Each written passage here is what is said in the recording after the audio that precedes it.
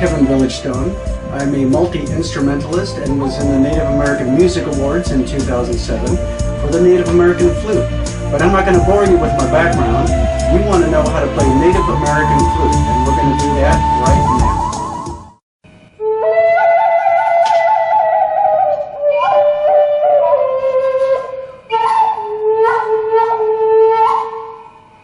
Welcome back.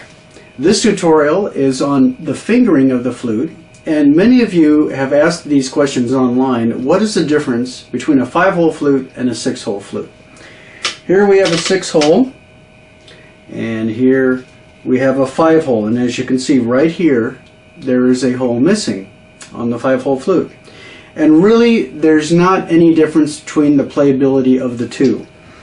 The extra hole right here on the 6-hole flute only buys a couple of extra notes that mostly only your very dedicated or professional flute players are going to use. So don't feel like you've lost anything if you have a 5-hole flute. The one thing that both flutes have in common is that you're always going to keep this finger down at all times on the flute.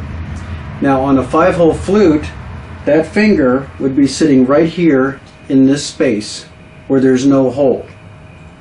On a 6-hole flute, you're going to cover the 3rd hole down from the top, and it's always going to stay on that.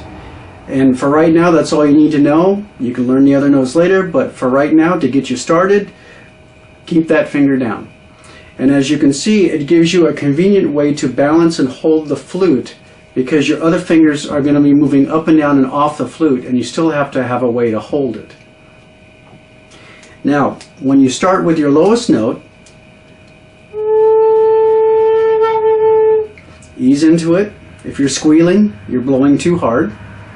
And as you go up these holes, lifting one at a time, except for the one I told you to keep down, the 3rd one down, is how you create the scale.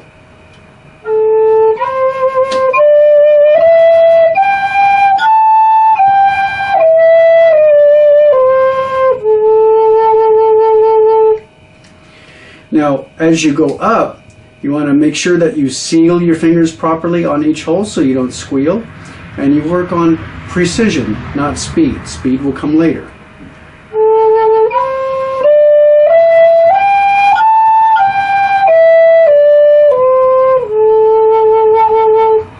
And as you can see, every note is in order. Now, let's say I wanted to play this note here. Then you would lift all the fingers that are below that note.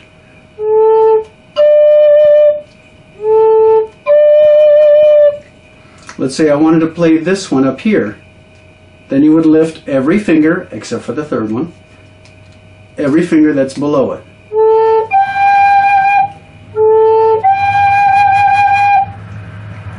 And of course, any other note, you're going to release every successive note that's below it.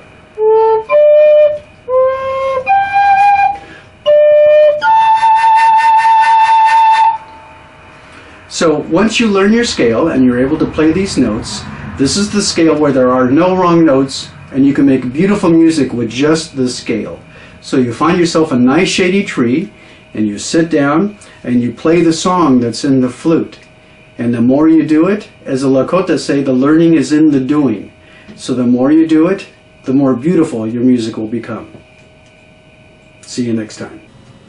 Thank you for watching this tutorial, one in a continuing series. For more information about myself or my music, please visit www.kevinvillagestone.com. Wado.